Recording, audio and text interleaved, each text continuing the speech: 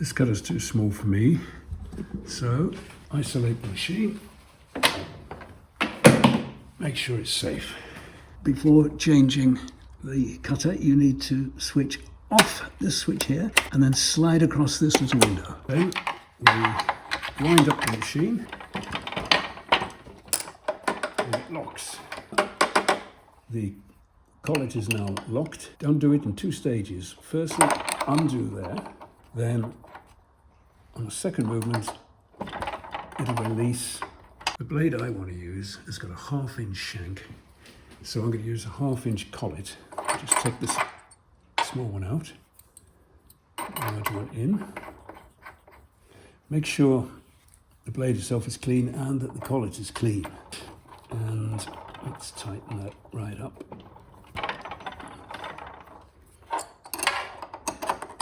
Don't tighten it too tight, just finger tight. Now I want to cut a groove 10 millimeters deep, but for safety we just cut 2 millimeters at a time. Use this lovely little machine that Phil brought in, and there's 2 millimeters. Right, the router table is a noisy machine, so hearing protection please. There is always that slight risk if something goes wrong, something breaks, that particle could fly off. So eye protection please. And of course dust will be emitted even though we've got the dust extractor. So wear a dust mask. All these are advised for your safety. Okay, ready to start cutting just about. Make sure the dust extractor gate is open, and close the other one of course. And check too that you've got whatever push sticks ready that you think you might use. Plan it out. How will you hold it down? How will you hold it into the fence?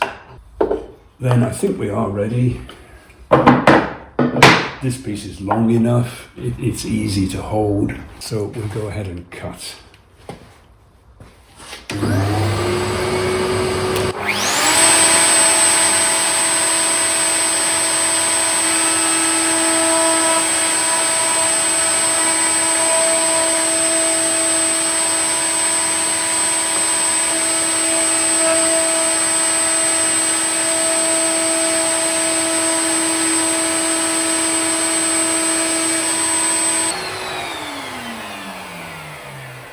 That's okay for a start.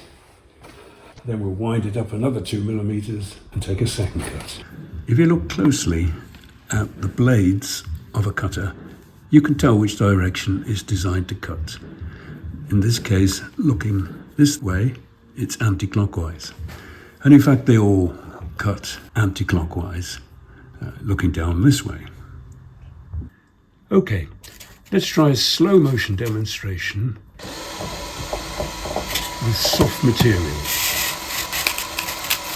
I'm pushing against the direction of the cutter.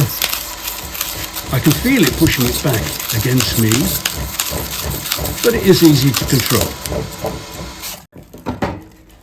Now, the wrong way. This time, I'm trying to push the material in the same direction as the cutter. The moment I can control it, but of course it's trying to grab and pull very, very quickly, which could be disastrous. People tell me they just hear a bang as the material hits the far wall. So we'll always be going from right to left. There are a few occasions when the grain's against you and you set it to cut a very, very small amount where you would do what's called a climb cut. But you must be aware that there is much more risk of the blade grabbing the wood and sending it flying in that direction. So push cut is safe, gives a better finish, nearly always. A climb cut, very rarely done, is a little bit more hazardous and you must have better control of the wood.